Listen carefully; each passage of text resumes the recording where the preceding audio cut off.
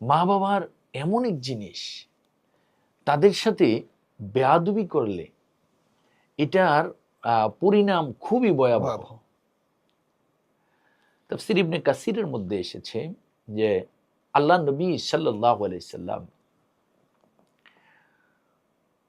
একদিন মিম্বারের উপরে গিয়ে বসলেন। তিনি বললেন আমিন, এরপর আবার বললেন আমিন, অতঃপর আবার বললেন আমিন। সাহাবীরা জানতে চাইলেন, ইয়া রাসূলুল্লাহ সাল্লাল্লাহু আলাইহি সাল্লাম, আপনি পরপর 3 বার আমিন আমিন আমিন বললেন, দয়া করে যদি এটা আমাদের জানান যে কেন আপনি আমিন আমিন আমিন বললেন। আল্লাহ নবী সাল্লাল্লাহু আলাইহি ওয়াসাল্লাম বললেন যে জিবরাইল আমিন আল্লাহর পক্ষ থেকে আমার কাছে এসেছেন, আমাকে বললেন যে হে মুহাম্মদ সাল্লাল্লাহু আলাইহি ওয়াসাল্লাম, যার সামনে আপনার নাম মোবারক উচ্চারিত হয়েছে, উচ্চারণ করা হয়েছে, অথচ সে আপনার উপর দুরূদ পড়ল না, সে লাঞ্ছিত হোক, আপনি বলেন আমিন। আমিন। সাথে সাথে আল্লাহ নবী সাল্লাল্লাহু আলাইহি ওয়াসাল্লাম বললেন আমিন। সাহাবীদেরকে বলল, এই কারণে আমি একবার আমিন বলেছি। দ্বিতীয়বার জিব্রাইল বলেছে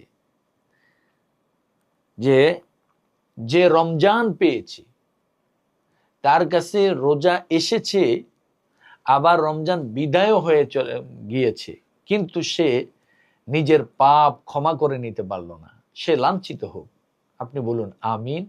আল্লাহ নবী সাল্লাল্লাহু আলাইহি ওয়াসাল্লাম বললেন আমিন।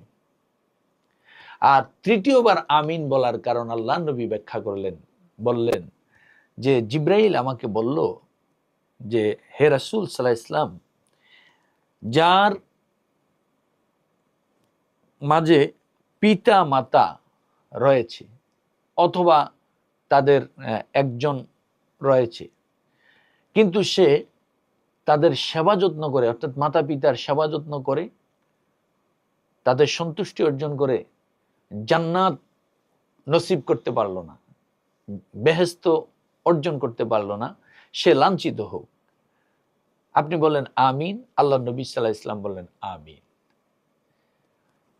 এই হাদিস দ্বারা প্রমাণিত হয় যে মা বাবার সন্তুষ্টি, মা বাবার সেবা যত্ন, মা বাবার আনুগত্য, মা বাবার কর্তব্য পালনের মাঝে, মা বাবার সন্তুষ্টির মাঝে জান্নাতের কল্যাণ নিহিত। কল্যাণ